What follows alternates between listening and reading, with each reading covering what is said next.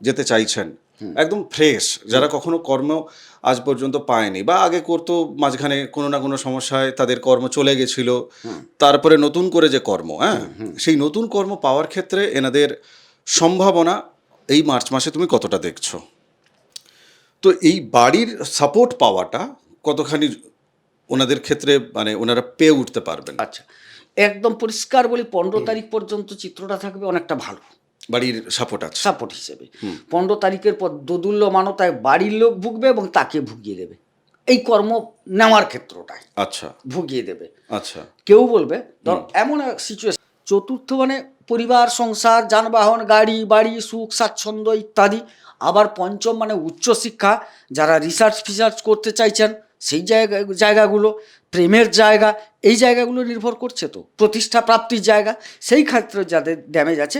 এই যে ষষ্ঠে গেল, চতুর্থ পঞ্চমপতি ষষ্ঠে চলে গেল, তার মানে তো খারাপ জায়গায় ঢুকে গেল, তাহলে প্রতিকার তো অবশ্যই প্রয়োজন ওই জায়গাটায়। এবারে প্রশ্নটা হচ্ছে তোমার যে প্রতিকার কেন কাজ করে না বা কেন করে।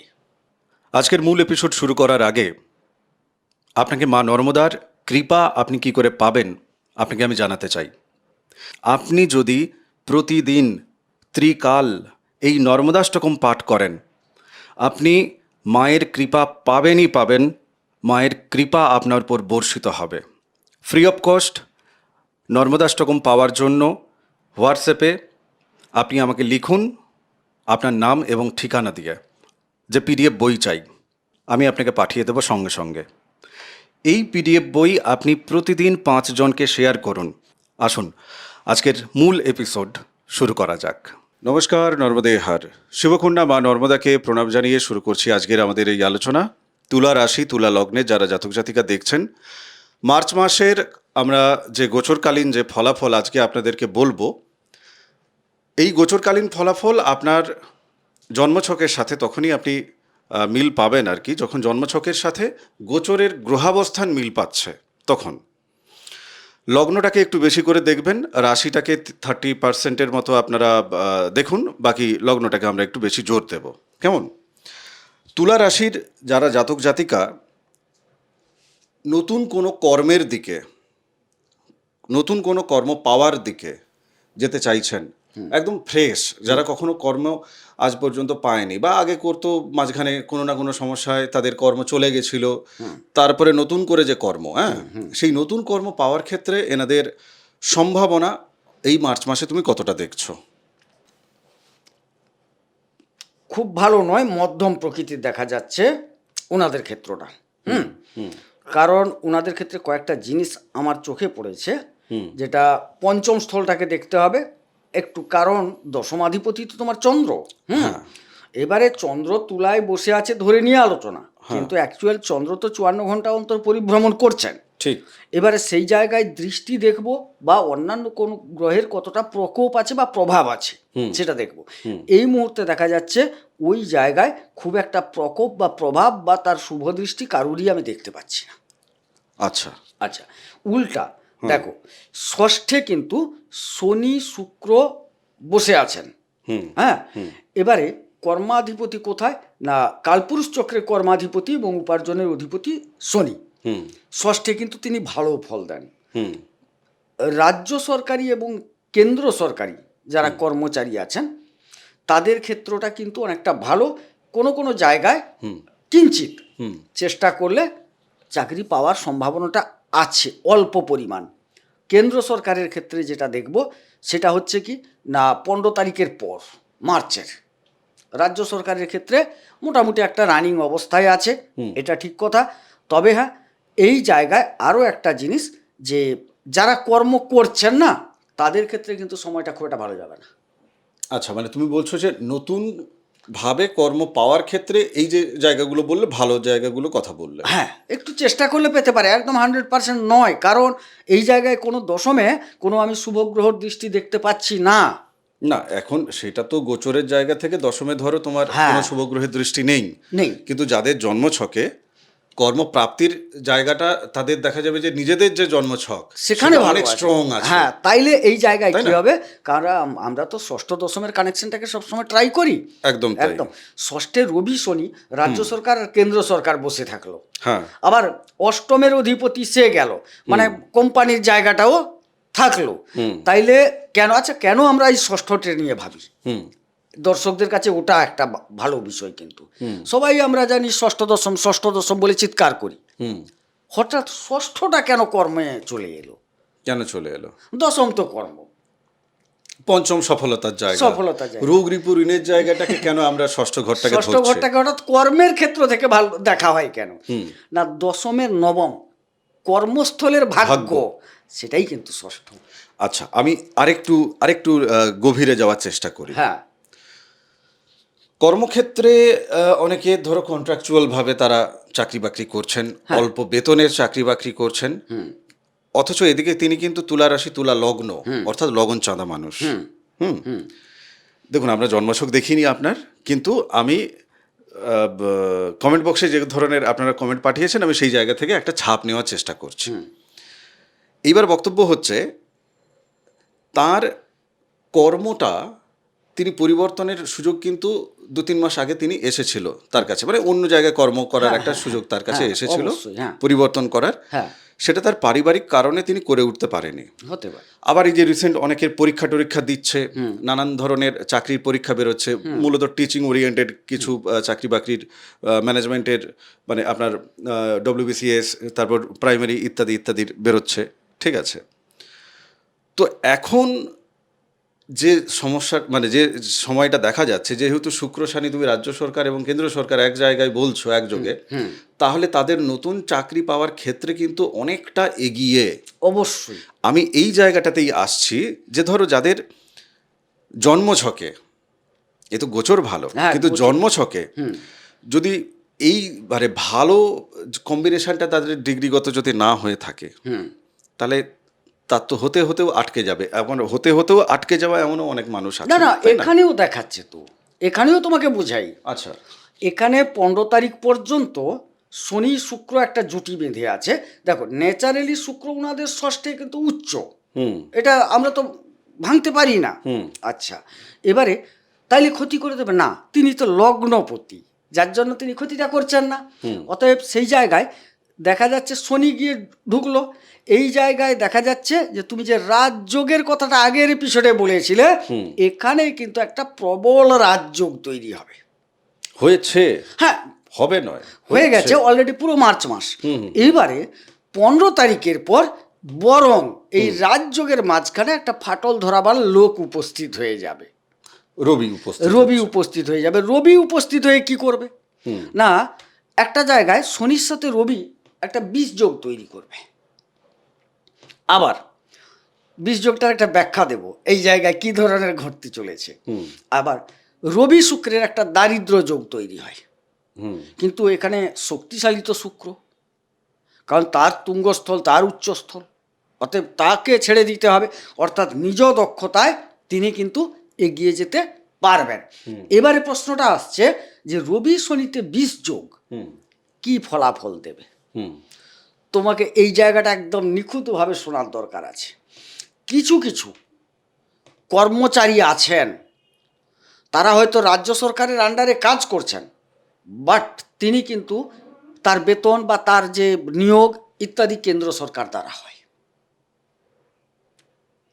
মানে কন্ট্রাকচুয়াল কিছু না সরকারি। আচ্ছা, সরকারি বড় বড় পোস্ট। পদগুলো দেখবে আচ্ছা আচ্ছা আচ্ছা, ওখানে আছে। হ্যাঁ, মানে বুঝতে পেরেছি, আইপিএস বা এই ধরনের যে রাজ্য পদগুলো আছে, সরকারের তত্ত্বাবধানে কাজটা করছে, তার নিয়োগকর্তা কেন্দ্র সরকার, জবাবদিহি চাইলে কেন্দ্র সরকার চাইতে পারে। হ্যাঁ, বুঝতে পেরেছি। সেই ব্যক্তিগুলির ক্ষেত্রে বড় সমস্যার সময় এসে যাচ্ছে এই সময়টি মিলিয়ে নেবেন, একদম মিলিয়ে নেবেন। আচ্ছা, এবার এনাদের জন্য সমস্যা, কিন্তু এবার ধরো আমাকে এই জায়গাটা একটু বলো যে ধরো যারা এক্সপোর্ট ইম্পোর্টের বিজনেসের সাথে যুক্ত আছে, হ্যাঁ, তুমি বুঝতেই পারছো কেন বলছি আমি।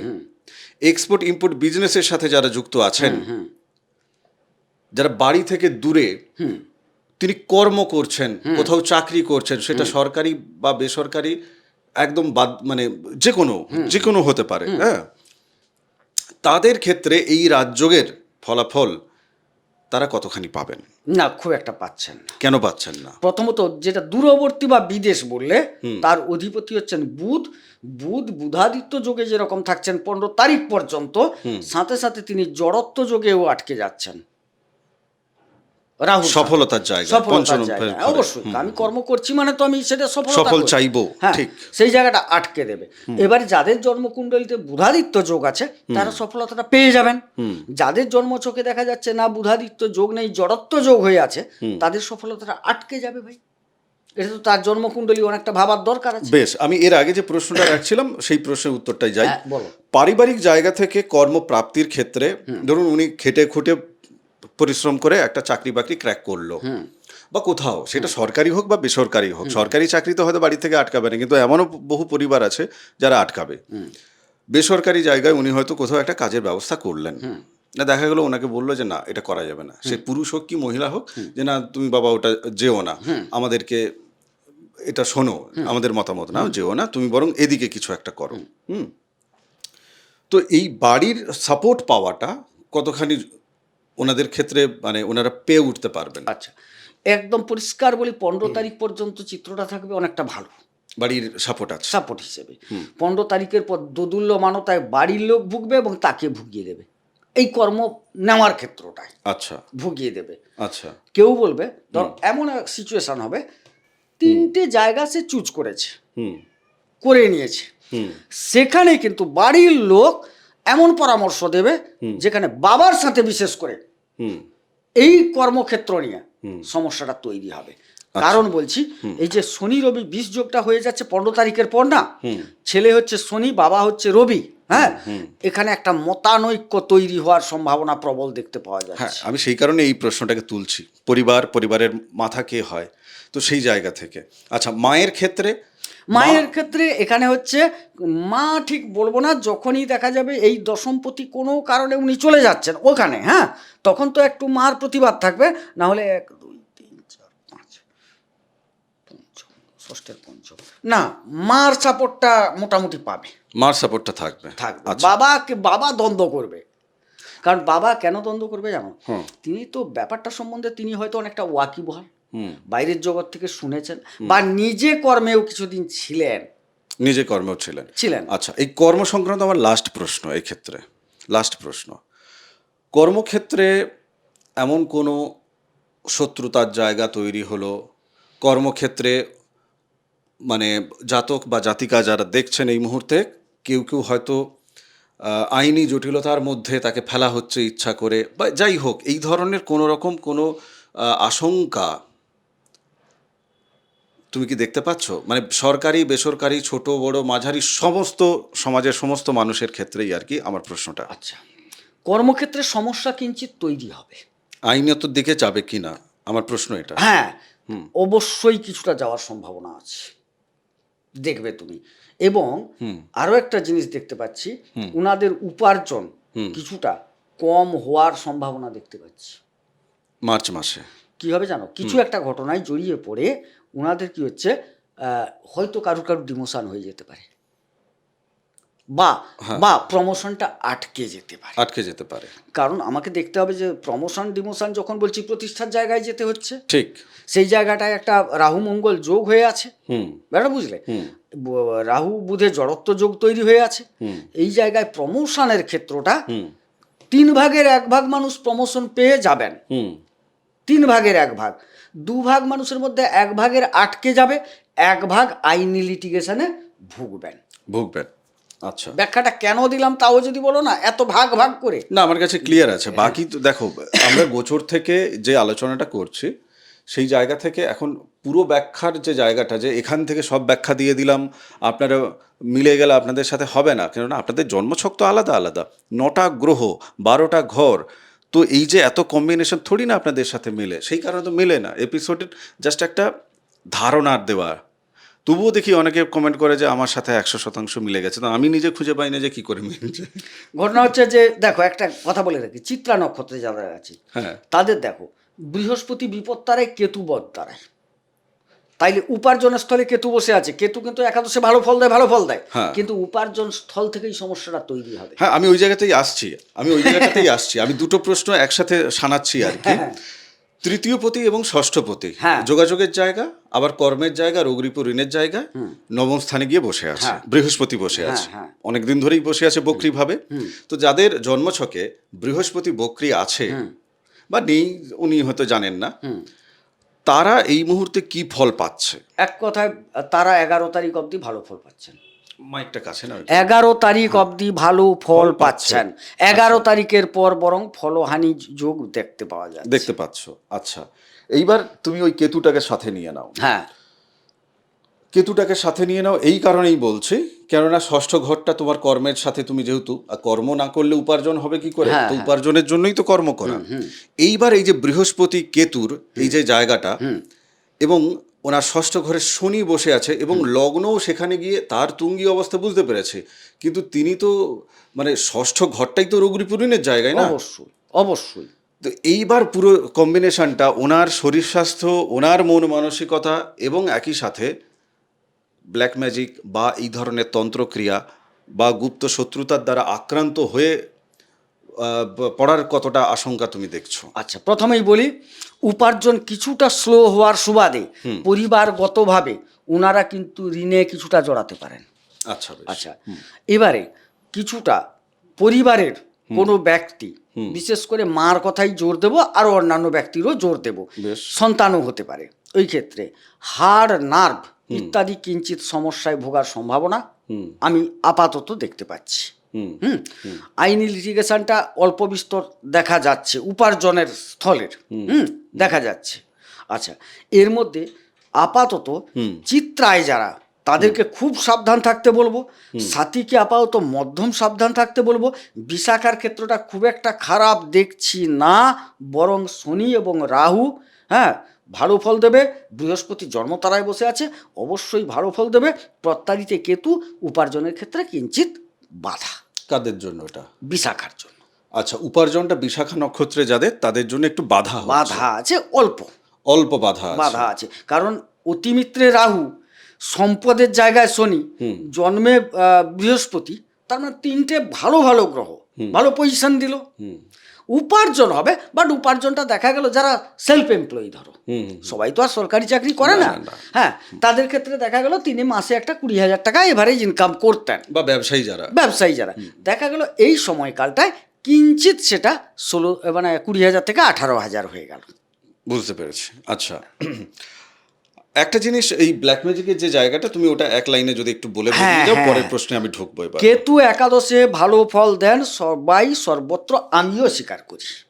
ঘটনা হচ্ছে, কেতু যে নক্ষত্রটি পেয়েছেন বর্তমান, সেই নক্ষত্র সুখকর না হওয়ার সুবাদে কর্মক্ষেত্র থেকে উনার প্রতি হিংসার কারণে, হিংসার বশবর্তী হয়ে এই যে তন্ত্র ক্রিয়া করার সম্ভাবনা প্রবলটি সবচেয়ে দেখছি চিত্রা নক্ষত্রে যারা জন্মগ্রহণ করেছেন তাদের ক্ষেত্রে অতি প্রবল এবং হ্যাঁ, একদম। বেশ।